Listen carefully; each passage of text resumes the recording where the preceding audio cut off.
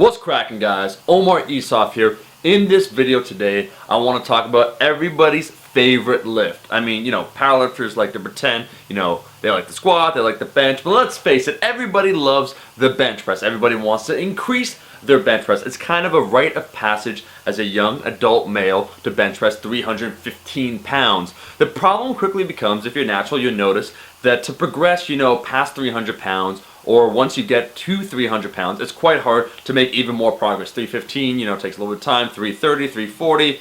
I hit a 350 pound touch and go bench press, and it took me damn near a year to go from 340 to 350. You kind of get that diminishing returns going on. It's pretty rare to see a dude bench sub 200 pounds, sub 190, over 400 pounds. Now, with that being said, in this video today, I got a really cool guest. He made a previous video that you guys seem to really like, all about bracing, Cody LeFever. First off, his name is badass. Second off, he is a buddy of mine, and the information he has here is very, very good. He has a very good bench press at his body weight. At around 180 pounds, he bench presses 380 pounds. And if you look at his progress over time, this took a lot of effort, a lot of years of learning, programming, mobility, right technique. In this video today, he's going to share his insights that have helped him the most when it comes to the bench press. If you like this video, make sure to like this damn video and also subscribe to Cody's channel. I think he has a great channel, and I know in 2016 he's going to be putting out a lot more content, so make sure you check out his channel. Hey, Cody LeFever here, doing another video for Omar Esoff. Today we're going to talk about the things that have helped my bench. We're going to cover a few things about setup, your form, technique, consistency, accessory movements, rep ranges, all kinds of really great stuff. The base of it all is your setup, you guys. If you do not have a good setup that's individualized to you, then it's going to have a really hard time turning over into good technique and having good consistency. So make sure that you're having a setup that is near perfect every single time and you're consistently trying to improve your setup. Your setup might be dependent upon whether or not you're competing in powerlifting and in the federation's rules on how you must perform the bench press, so check into that. Now, if you've got your setup and it's refined and it's perfected and every single time you bench, you're benching the exact same way, that's exactly what we're talking about when it comes to consistency. The problem with having inconsistent technique and inconsistent form is that you're never really dialing in your movement. And the way that we do that is by paying attention to our setup first, and then from there treating each successive rep as its own individual set. Now, it's very nice to go after high rep sets, but the thing about doing lots and lots of repetitions with careless form is that you're essentially poisoning the well when it comes to your pool of quality repetitions. Fire's getting hot. When we're talking about quality of repetition, what we're really addressing is not just how it looks, but also the speed and the control that you're having with that movement. I want you to think that for a second you're driving a race car, but you're not really a race car driver. If you were to drive really fast, you'd probably lose control of that car and then you would get hurt before you ever got to your destination. The same idea applies with movements. We want to move as fast and we want to handle the kind of load that we can control, because otherwise we're not going to really get to our strength destination. You're going to get injured before you get there, or you'll hit a plateau. So it's very important that we dial in our setup, we have consistency across all of our repetitions, and we really focus on the quality of our movements overall. Now we'll walk through a few individuals with different setups but both equally strong in their own right. First up, Rostislav Petkov. He's flat-footed, a high arch, and a very wide grip, thus a short stroke. He's benched well into the 400s at 165. Malik Durstein, the greatest at 181, 529-pound competition bench. Here he is, flat-footed, moderate arch, narrower grip, longer stroke. What we have to remember is that all of us will set up in a different way, but what matters most is the quality of our setup. So here's mine. I'm going to get my grip set first, and then from there I'm going to get my feet set back. I bench up on my toes, and then I will just follow a checklist from my hands to my feet, making sure that every part of my body is as tight as it can be before I unrack the bar. Another thing that I had to resolve about my bench press was over-tucking. When I got into powerlifting, I had always heard that you didn't want to flare your elbows out and you want to tuck your elbows, use your lats to help yourself bench, and all that kind of stuff. Well, that caused an exaggerated tuck in me, and then I've seen this across some other lifters as well. And when that happens, is it really just moving the bar with poor geometry. And lifting weights is really dependent upon a lot of geometry. So now we're going to go over to the whiteboard and we're going to talk a little bit about that. Here we've got our whiteboard, an example of our lower and upper arm. And when you're lowering the weight and you're chicken winging the bar, what's going to happen is that your wrist will drift back towards your face as part of this lower example. Now, we don't want to have an acute ankle in our elbow. If you're chicken winging your bench, then that's more or less what's going to happen. Now, pay attention to these green lines. That's going to be our groove. By having bad geometry, you're going to have a wider groove. That wider groove is representative of having a low amount of efficiency in your lift. What you want to do is you want to control the bar, limit the groove, and move within good geometry because then you'll be more efficient.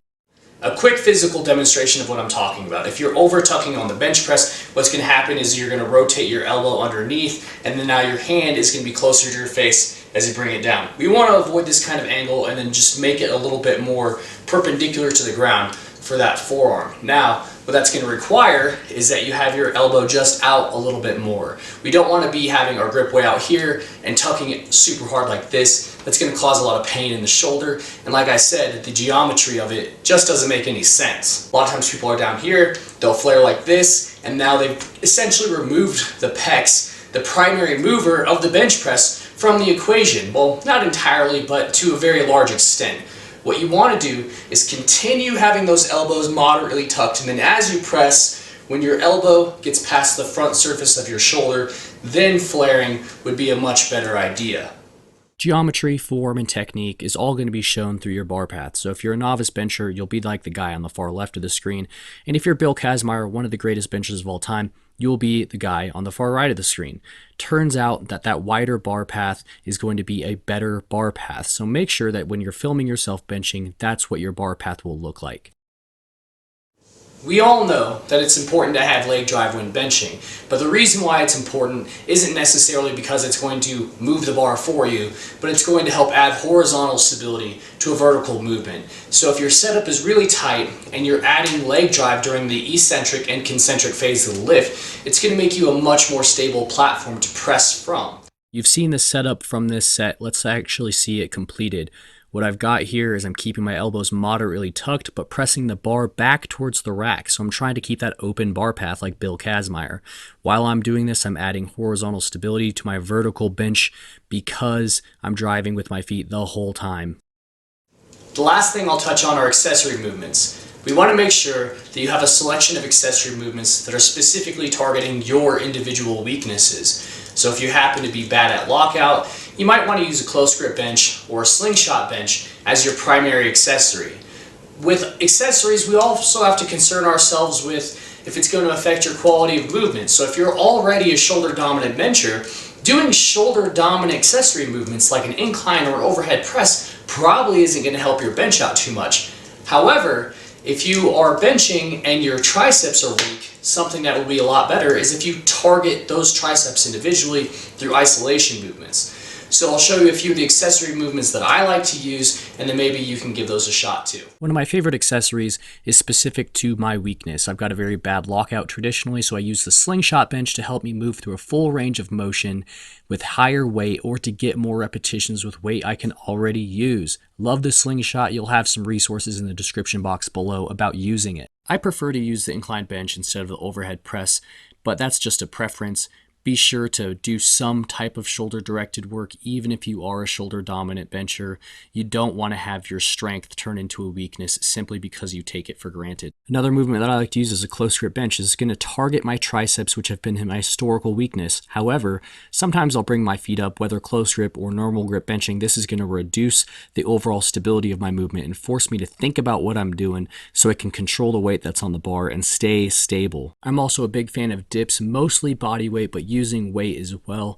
Stay away from bench dips. I'm not a big fan of those. Parallel grip dips like these, moving through a full range of motion. If you've got bad shoulders, dips will not be your friends, but if you've got weak triceps, this is your best bet. I prefer the overhead cable tricep extension over any other type of tricep isolation movement. Not enough people do overhead extensions. This is going to train your tricep in a different way than just a simple tricep push down that you would normally do. Definitely give these a shot. I'm sure you'll love them. And of course, the classic pec fly. If you're weak off the chest, this will be your best friend. Start doing pec flies. The major movers with the bench are your pecs. Do not forget that. We need to make sure that when we're training our back, we're not just locking in our lats and training only our lats or only our traps. Remember, the rhomboids are very important muscles as well. I want you guys to try a reach and row variation as your row accessories from now on. If you're driving all the time, if you're at a computer or sitting like I have been this whole video, you're going to have very tight lats, a lot of internal rotation, and that's going to cause you to have a bad bench press. Now, I know what you guys are saying, Cody, the lats are super important for benching. They are, they absolutely are, but if we give them too much attention, they're going to cause your shoulders to be painful, and you won't be a good bencher anyways. Next, I'm going to go over some back accessories that are going to be able to keep my back strong and keep my shoulders healthy and happy at the same time. This is that reach and row I'm talking about, letting the weight pull my scapulas forward as they glide forward. I'm then going to retract them by trying to squeeze my rhomboids. This by using a neutral grip either on a dumbbell or a V-grip cable, potentially a rope attachment, is going to remove some lats from the equation. So if you've got tight lats, we don't want to exacerbate the issue by doing lat pull downs and pull-ups. Use this instead to keep that back strong and to maintain shoulder health. This is a cable pullover, much like a lat pull down. I'm doing it on the same machine, but I'm emphasizing the retraction and depression of my scapulas with this movement instead of just the contraction of my lats. This is also going to help keep that bar path that we're after on the bench strong, because it's essentially training that movement in the opposite direction, of course, with a little bit of exaggeration. And last but certainly not least, we've got rear delt flies. These are going to be the final component to your back strength while maintaining shoulder health. Make sure that you're focusing on the retraction and depression of your scapulas on these as well. This is going to help facilitate a stronger, safer position for your bench press. Make sure that you're ending all of your bench sessions by doing a couple of sets and reps of these rear delt flies. By doing all of these steps in a proper training program, you can get to a competition, set a big PR for yourself, and have it still look good, making sure you're focusing on your setup, your consistency, and your movement quality, ensuring that you're selecting good accessories and you're targeting your weaknesses while still training your strengths. That's a 17-pound in competition PR for me. I've done 380 in the gym. Here's to 405 in 2016.